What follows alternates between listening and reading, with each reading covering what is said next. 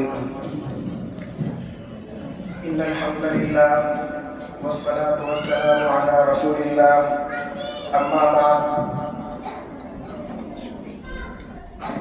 محترم مکرم واجب التکریم حضرت مفتی محمد علی پس پردہ بیٹھی اس ادارے کی روح رواں مفتی صاحب کی شریک حیات اور ان کا پورا اسٹاف یعنی اساتذہ، طالبات اور معلمات اور حاضرین مجلس، بہت کچھ کہنے کا تو وقت نہیں ہے، لیکن مختصر جملوں میں مختصر بات کہنے کا وقت ضرور ہے۔ سب سے پہلے مفتی صاحب اور ان کے پورے اسٹاف نے اور پردے کے پیچھے بیٹھ کر ٹرانسفارم کی طرح کام کرنے والے ان کی اہلیہ محترمہ نے یہ ثابت کر دیا کہ دنیا والے چاہے جتنا چاہیں، دنیا والے چاہے جتنا چاہیں، لیکن اگر ہم نے ذرہ برابر بھی ہمت کی اور حوصلہ دکھایا تو انشاءاللہ ہم بھی اس فرش سے عرش تک پہنچ سکتے ہیں۔ دنیا والوں کے پاس اس سے زیادہ کیا ہے؟ ان کے پاس صرف زبان ہے، انگلش زبان ہے، اور بظاہر ان کے پاس فیسلٹیز ہیں، لیکن یہ بات آپ نے دیکھی اور یہ بات ثابت ہو گئی کہ بغیر فیسلٹیز کے بھی میں اور آپ فرش سے عرش تک پہنچ سکتے ہیں انشاءاللہ۔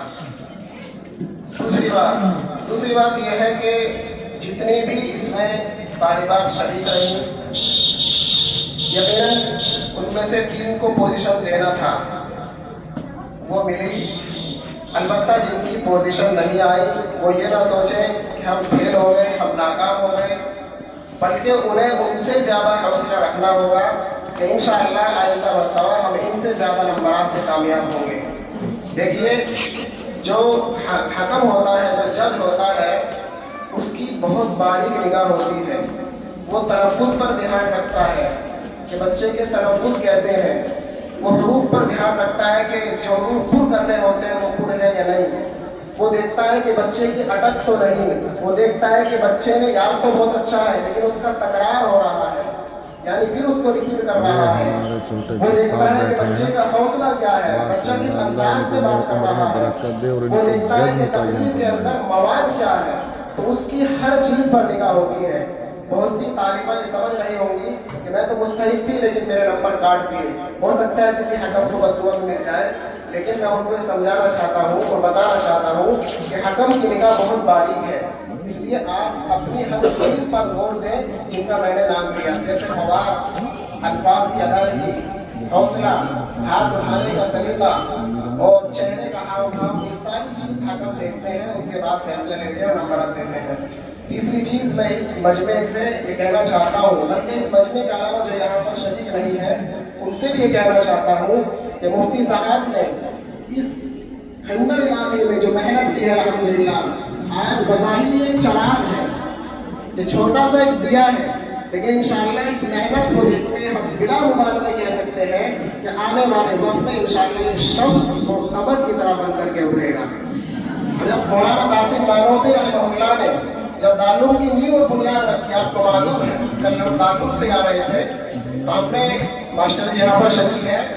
تو ہم وہاں گئے تو ہم نے بتلایا کہ جب آغاز ہوا تو صرف ایک انار کا کلام تھا، تو اس لیے آپ یہ نہ سمجھیں کہ بہت چھوٹا سا ادارہ ہے، انشاءاللہ کل یہ ادارہ بہت اونچا ہوگا، اور یہاں بیٹھنے والے یہ طے کر لیں کہ مفتی صاحب، ادارہ اور ان کے پورے اسٹاف کی جتنی بھی ہم سے ہو سکے گی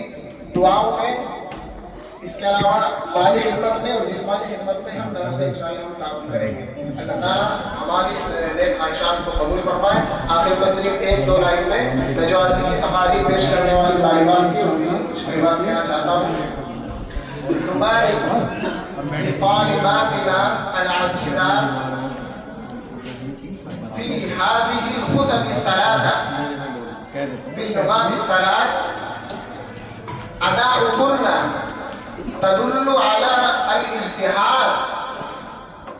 والجد، وأداؤهن تدل على اجتهاد اساتذتكن وطالباتكن ومعلماتكن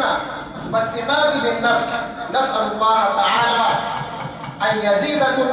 يزيدكن علما وتوفيقا. وآخر دعوانا الحمد لله رب العالمين.